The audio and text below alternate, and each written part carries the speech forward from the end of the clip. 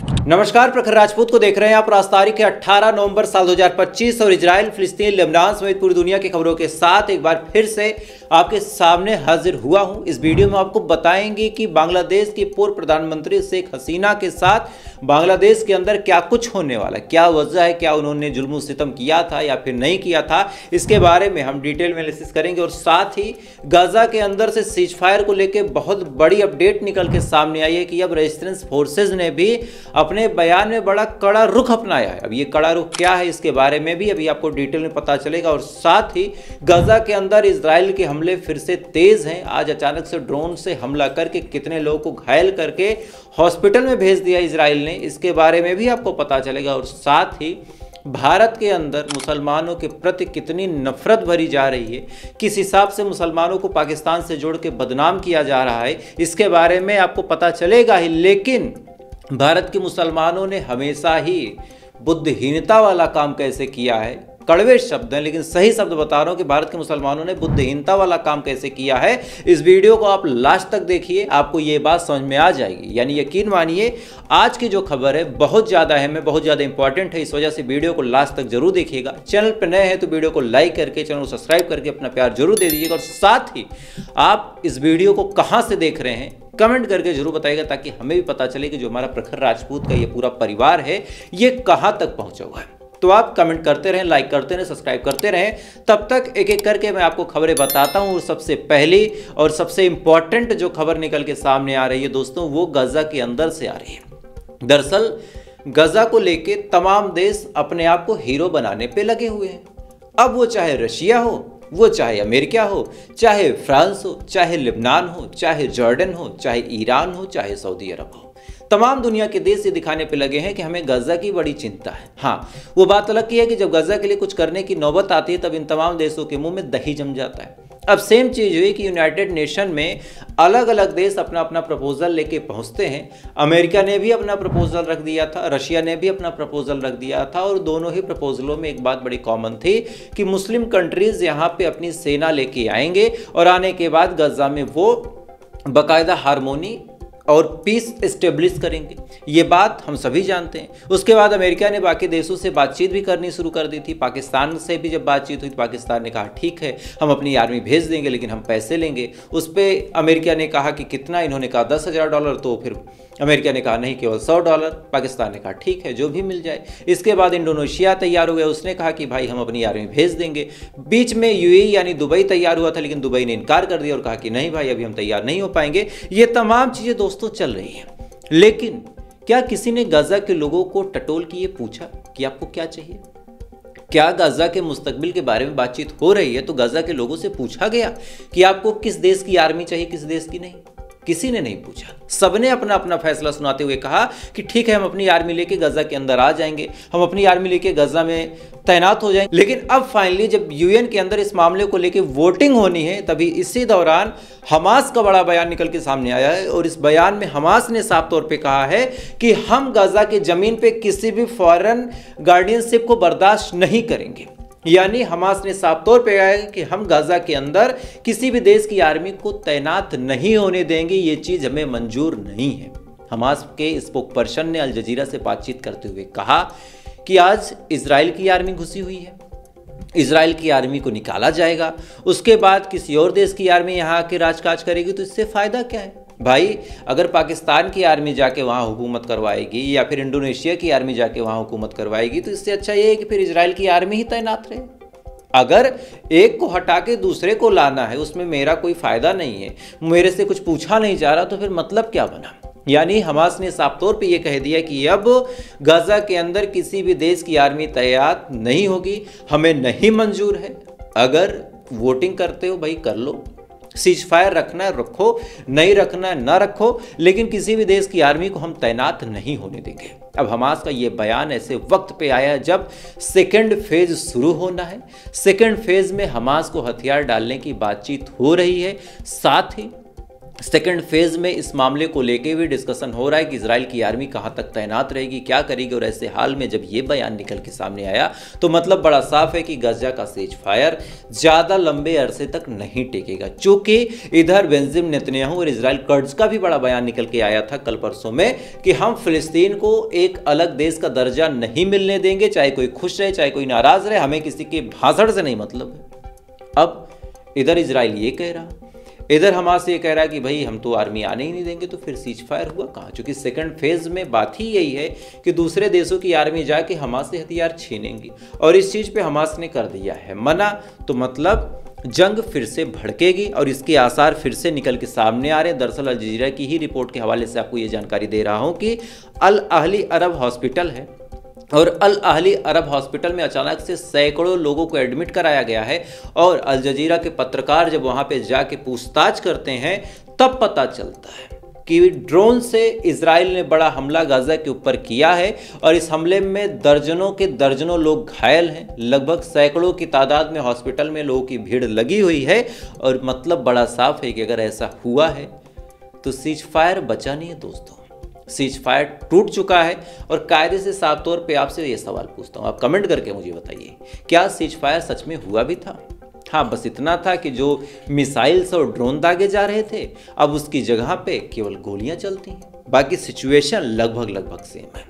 खैर, इधर ये तमाम चीज़ें चल ही रही हैं। इधर एक बहुत बड़ी अपडेट निकल के सामने आ रही बांग्लादेश से। बांग्लादेश की पूर्व प्राइम मिनिस्टर यानी प्रधानमंत्री शेख हसीना को इंटरनेशनल क्रिमिनल ट्रिब्यूनल ने सजाए मौत यानी हैंगिंग टिल डेथ यानी सजाए फांसी की सजा दी है। क्यों? पूरी कहानी आपको बताता हूँ। दरअसल अचानक से तख्ता पलट हुआ था बांग्लादेश के अंदर, इसको हम सभी जानते हैं।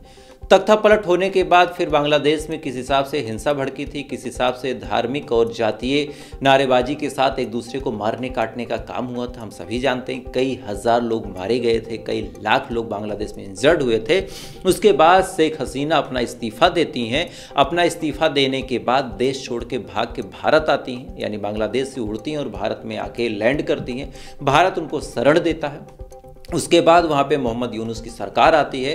मोहम्मद यूनुस की सरकार आने के बाद फिर शेख हसीना के ऊपर एफआईआर होती है और एफआईआर होने के बाद उनके ऊपर जो आरोप लगाए गए वो मैं आपको बताता हूँ। दरअसल इस पूरे घटनाक्रम में लिखा पढ़ी में 1400 के करीब लोगों की मौत हुई थी। अब 1400 के करीब जिन लोगों की मौत हुई थी उनकी मौत के पीछे वजह यह बताई गई कि शेख हसीना ने और जो बांग्लादेश के पुराने गृह मंत्री थे उन्होंने और साथ ही जो आईजी यानी इंस्पेक्टर जनरल थे उन्होंने, इन तीनों ने मिलके इस प्रोटेस्ट को, जो जेनजी प्रोटेस्ट हुआ था, उसको दबाने के लिए हर संभव कोशिश की थी। जहां पे रैली हो रही थी वहां पे हेलीकॉप्टर से बम गिरवाया था। साथ ही लगभग कई सारे लोग प्रोटेस्ट कर रहे थे। इसी दौरान पुलिस को आदेश दिया गया था कि सीधा सीधा सामने से गोली मारो। 5-5 मीटर की दूरी से सामने से गोली मारी गई थी। उसमें भी कई सारे लोग की मौत हुई थी और कई सारे ऐसे थे जो बुरी तरीके से इंजर्ड हुए थे और उनको लेके भी सरकार ने यह फरमान जारी किया था कि किसी भी हॉस्पिटल में इनका इलाज नहीं होगा। ये तमाम आरोप शेख हसीना पे लगाए गए थे। इसके बाद मामला जो इंटरनेशनल क्रिमिनल ट्रिब्यूनल है वहाँ पे जाता है और वहाँ पे जाने के बाद फिर इन तमाम मामलों में शेख हसीना दोषी पाई गई। उसके बाद उनको गृह मंत्री को और आईजी समेत कई लोगों को सजाए मौत की सजा दे दी गई। अब रहा ये कहानी का एक पहलू, लेकिन 2-3 पहलू दोस्तों और भी हैं। किसी भी मामले में अगर किसी देश में मुकदमा चलना होता है, और देखिए भारत और पाकिस्तान और बांग्लादेश का संविधान लगभग एक जैसा है, क्योंकि सारी चीज़ें यहाँ पे सेम थी। अंग्रेज का यहाँ पे शासन था और एक टाइम ऐसा था जब तीनों एक ही थे, तो लगभग चीज़ें सेम है। वहाँ पे भी lower court, high court, supreme court, वही आईजी, वही डीआईजी, वही विधायक, वही सांसद, ये तमाम चीज़ें वहाँ पे हैं। अब आप सुनिए, किसी भी आदमी के ऊपर कोई मुकदमा चलना होता है तो लोअर कोर्ट में चलेगा या फिर हाई कोर्ट में चलेगा, और इन दोनों जगहों पे मामला अगर नहीं बना तो सुप्रीम कोर्ट जाएगा। अब ये आईसीटी क्या है, यानी जो इंटरनेशनल क्राइम ट्रिब्यूनल है, ये क्या है भाई? मतलब बड़ा साफ है कि आपने एक अलग सी बॉडी बनाई और आप खुद सरकार में बैठे हैं। आपकी मर्जी से ही वहां पे जब ट्रायल होना है तो आप कुछ भी सजा सुना दे, क्या मतलब है? शेख हसीना तो अपना पक्ष वहां पे रखने गई नहीं थी, तो आप उनके ऊपर 1400 लोगों की हत्या का इल्जाम लगा दो या फिर 14,000 का लगा दो, 14 लाख का लगा दो। सरकार आपकी, सिस्टम आपका, और आपने एक अलग से कोड बना के अगर इसमें ऐसा ट्रायल करवाया है तो पारदर्शिता कितनी है, इस पे सवालिया निशान खड़े होते हैं। और सेम चीज़ शेख हसीना ने भी बोला। शेख हसीना ने कहा कि ऐसे टुटपुजिए कोर्ट के फैसले को हम नहीं मानते हैं और हमें कोई मतलब नहीं है, जब सही समय आएगा तब हम बांग्लादेश लौट जाएंगे और फिर से सत्ता में बैठ जाएंगे। शेख हसीना ने ये बहुत बड़ा बयान दिया है और इस बयान के कई सारे मायने निकल के सामने आते हैं। दोस्तों, इस बात को आप याद रखिएगा, ऐसे कोर्ट के फैसले पे आप मत जाइएगा, क्योंकि जिसकी सरकार होती है, आप एक चीज़ जान लीजिए, कोर्ट हमेशा से ही उसके हक में फैसला देता है। और खासकर जब एक ज़बरदस्ती की कोर्ट बनाई गई हो, कोई आईसीटी, भाई हमने भारत पाकिस्तान और बांग्लादेश में आईसीटी का नाम तो नहीं सुना था, अब अपनी मर्जी से आप कुछ भी बना लो। खैर, इधर ये तमाम चीज़ें चली रही हैं। इधर अब आपको 2-3 खबरें और बताता हूँ, उसके बाद फिर से इंटरनेशनल खबरों की तरफ लेके चलता हूँ, लेकिन ये 2-3 खबरें आपके लिए जाननी बेहद जरूरी। दरअसल सुप्रीम कोर्ट में एक याचिका गई थी और इस याचिका को आप ध्यान से सुनिएगा। और जो मैंने अभी कहा था कि भारत के मुसलमानों ने कैसे अपनी भद्द पिटवाई है, इस याचिका के बाद आपको पता चल जाएगा। दरअसल चेन्नई में एक सैन्य परिसर है, यानी एक आर्मी का एरिया है, और उस आर्मी के एरिया में एक मंदिर है और एक मस्जिद है। यानी कोई सैनिक अगर मुसलमान है तो उस मस्जिद में जाके नमाज पढ़ ले, कोई सैनिक अगर हिंदू है तो वहाँ के मंदिर में पूजा कर ले। जाहिर सी बात है, जहाँ आर्मी का एरिया होता है वहाँ पे किसी लोकल सिविलियन को एंट्री नहीं मिलती है, इसमें कोई शक की गुंजाइश तो है नहीं। अब देखिए खाली लोगों को, खाली लोगों ने क्या किया कि चेन्नई में बाकायदा लोअर कोर्ट में यह दरवाज़ा खटखटाया और कहा कि जो सैन्य परिसर में मस्जिद है, हमें उसमें नमाज पढ़ने की इजाज़त दी जाए। ध्यान दीजिएगा, क्या पूरे देश में मस्जिदों की कमी है? नहीं है, लेकिन ये खाली लोग पहुंच गए कोर्ट। अब इस पे सेना ने कहा कि भाई आर्मी की जमीन पे कोई लोकल सिविलियन नहीं आता है, क्योंकि ये आर्मी की सीक्रेट चीज़ों का एक जखीरा होता है वहाँ पे सैन्य बेस पे, वहाँ पे हम किसी लोकल को नहीं आने देंगे। अब सुप्रीम कोर्ट तक मामला पहुंचा है। सोचिए, इतने खाली ये हैं कि लोअर कोर्ट में ये मामला खारिज हो गया। उन्होंने कहा कि भाई सैन्य के मामले में कोर्ट हस्तक्षेप नहीं करेगा। इसके बाद ये लोग पहुंच गए high court, Madras high court में पहुंचते हैं, वहां पे इस मामले को दाखिल करते हैं। वहां भी लोगों ने कहा कि आप गलत कर रहे हो, सैनिक की अपनी गरिमा होती है, वहां पे हम अपने धार्मिक अकीदे को लेकर नहीं घुस सकते। वहां भी सुप्रीम कोर्ट तक ये मामला ले जाने के चक्कर में हाई कोर्ट से भी इनको फटकार लगी थी, सुप्रीम कोर्ट पहुंच गए।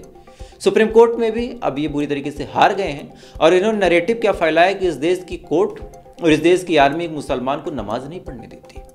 आप देखिए कितने खाली लोग हैं भैया, नमाज आपको आर्मी के बेस में घुस के पढ़ना था। इसके बाद ऐसे लोग हैं जो देश को जलाने का काम करते हैं और ऐसे लोग दोनों तरफ से हैं। कैसे, अब आपको बताता हूँ।